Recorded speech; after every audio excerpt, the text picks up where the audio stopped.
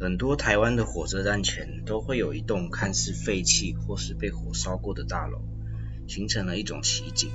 举凡台中千悦大楼曾经被列为全台10大鬼屋之一。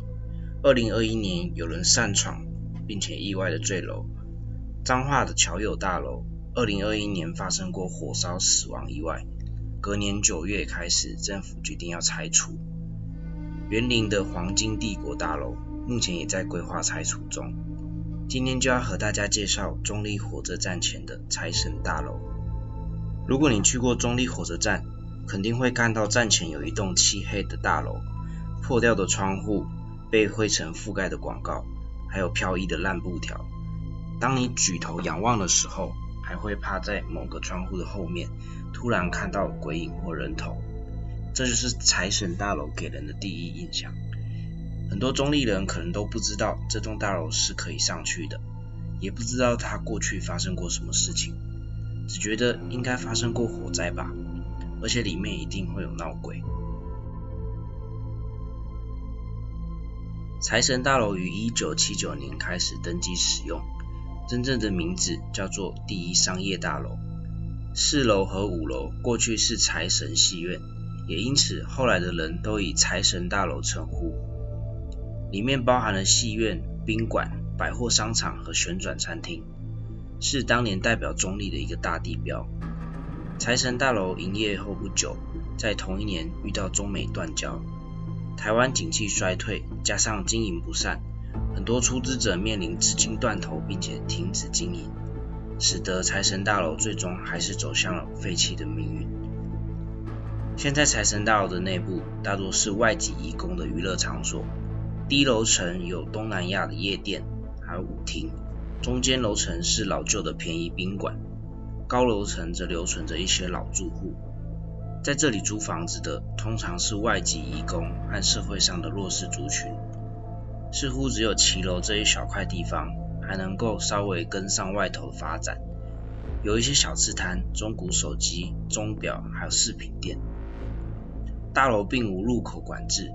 因此许多游民或是不良分子会到此游荡，卖淫、赌博这类的不法情事也不少。财神大楼可以说是龙蛇杂处，处处充满危险。那造成火车站前经常能看到废弃大楼的现象是什么原因呢？个人的猜想是早期火车站周边人流比较密集，自然成为了都市发展的重点区域。很多复合型的商业大楼如雨后春笋般出现，但后续因为发展中心转移，新型的商圈开始出现，取代了这些发展较早的站前商圈。舞厅、游艺场这些娱乐方式也因为时代的进步而慢慢的被淘汰掉。部分楼层遭到废弃之后，人们就开始离开了这个毫无生气的地方。设备老化，建筑物变得脆弱，电梯经常损坏，逃生梯扶手也大多生锈、松动或断裂，消防设备不完善，堆满废弃杂物，若发生火灾或地震，会大大降低逃生的几率。财神大楼上过报纸的就有4起火灾，所幸都只有财务上的损失，无人伤亡。你可能会问，为什么不拆掉重建呢？这些废弃大楼几乎都有个共同的难点，就是产权太过复杂，就像是一张拼图，如果只有2-3块，那很好拼凑完成，但如果有200多块，那就要花很长的时间了。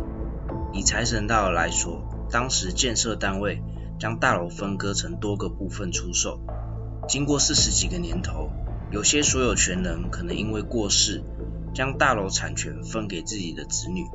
造成产权的持份人越来越多。目前财神大楼的所有权人大约已经有250多名，许多人是已经找不到了，更别说要将大家的意见都统一起来做都市更新，因此破烂的大楼只能继续伫立在原地。2021年10月，高雄盐埕区的城中城大厦失火，造成41人受伤，46人死亡。财神大楼的历史及使用情况与城中城几乎是一样的，很多人都认为财神大楼会是城中城翻版。可悲的是，有些安全相关的问题都是要等出事了，政府或地方官员才会开始重视。像是我的影片之前介绍过的国道左山事件，有兴趣的可以点右上角资讯卡连结观看。城中城大火悲剧发生后，